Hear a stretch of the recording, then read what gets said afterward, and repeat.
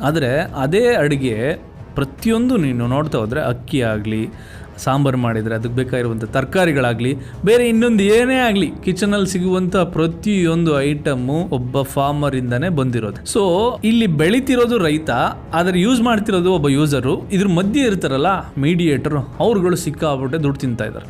ಅದೇ ಒಂದು ಪ್ರಾಬ್ಲಮ್ ಆಗ್ತಿರೋದು ರೈತರಿಗೆ ಡೈರೆಕ್ಟಾಗಿ ಕನ್ಸ್ಯೂಮರ್ಗೆ ಮಾರೋಕೆ ಆಗ್ತಿಲ್ಲ ಅಂತ ಹೇಳ್ಬಿಟ್ಟು. ಯೂಶಲಿ ಕಬ್ಬು, ಭತ್ತ, ಕೆಲವು ಏನೇನು ಬೆಳೆಗಳಿದೆ ಅದನ್ನ ಡೈರೆಕ್ಟಾಗಿ ಕನ್ಸ್ಯೂಮರ್ಗೆ ಮಾರೋದಿಕ್ಕೆ ಆಗೋದಿಲ್ಲ. ಯಾಕೆ ಅಂತಂದ್ರೆ ಈಗ ಕಬ್ಬನ್ನ ಡೈರೆಕ್ಟಾಗಿ ಜನಗಳಿಗೆ ಮಾರೋಕ್ಕಾಗಲ್ಲ. ಕಬ್ಬನ್ನ ಯಾರು ಯೂಸ್ ಮಾಡೋದಿಲ್ಲ. ಅವ್ರು ಯೂಸ್ ಮಾಡೋದೇನು ಶುಗರ್ ಯೂಸ್ ಮಾಡ್ತಾರೆ.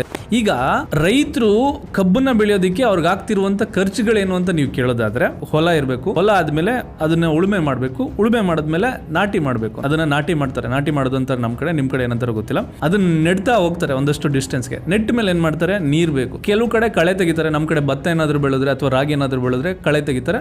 ಇಷ್ಟೆಲ್ಲ ಬೆಳೆದ ಮೇಲೆ